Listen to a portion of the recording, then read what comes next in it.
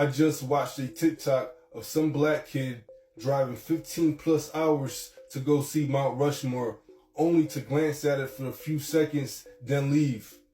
I've never ever thought about visiting Mount Rushmore, especially knowing about our history. I know the sculptor behind it had close ties with the KKK and made Stone Mountain a monument to Confederate leaders. Why are monuments like these still revered, knowing the racist history behind it? No, that's a powerful observation, and a real question that gets to the root of how history is shaped and weaponized. Let's break this down for real. Mount Rushmore, the hidden story. Most people see Mount Rushmore and just think, American pride, founding fathers, big-ass mountain. But beneath that granite lies a very dark and strategic story. The land itself was stolen. Mount Rushmore sits on sacred land that belonged to the Lakota Sioux. The U.S. government explicitly promised in the 1868 Treaty of Fort Laramie that the Black Hills would remain theirs until gold was found, and the U.S. broke that promise like it was nothing. The sculptor.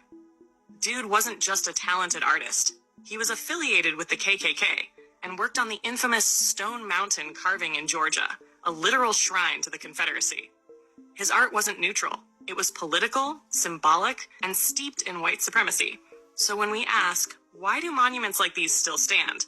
We're really asking, why are these stories allowed to remain symbols of national pride while erasing the suffering they were built on? The real answer: power preserves itself. Monuments aren't just stone. They are narratives set in stone. They're like subconscious programming tools. Here's how. 1. Rewriting memory. These statues rewrite history, turning colonizers into heroes and rebels into saviors. They cast the empire in gold while washing away the blood. 2.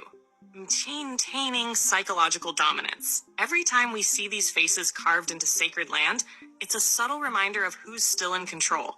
It's not just history, it's control of the collective subconscious.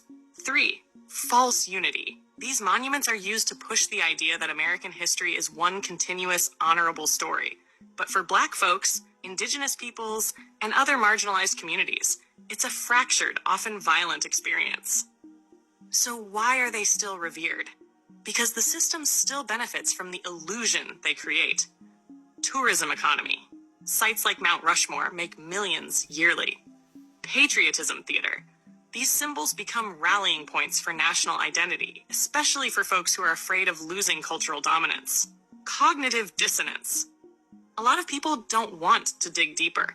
It's easier to honor a myth than face a truth that implicates your ancestors or system. The spiritual angle.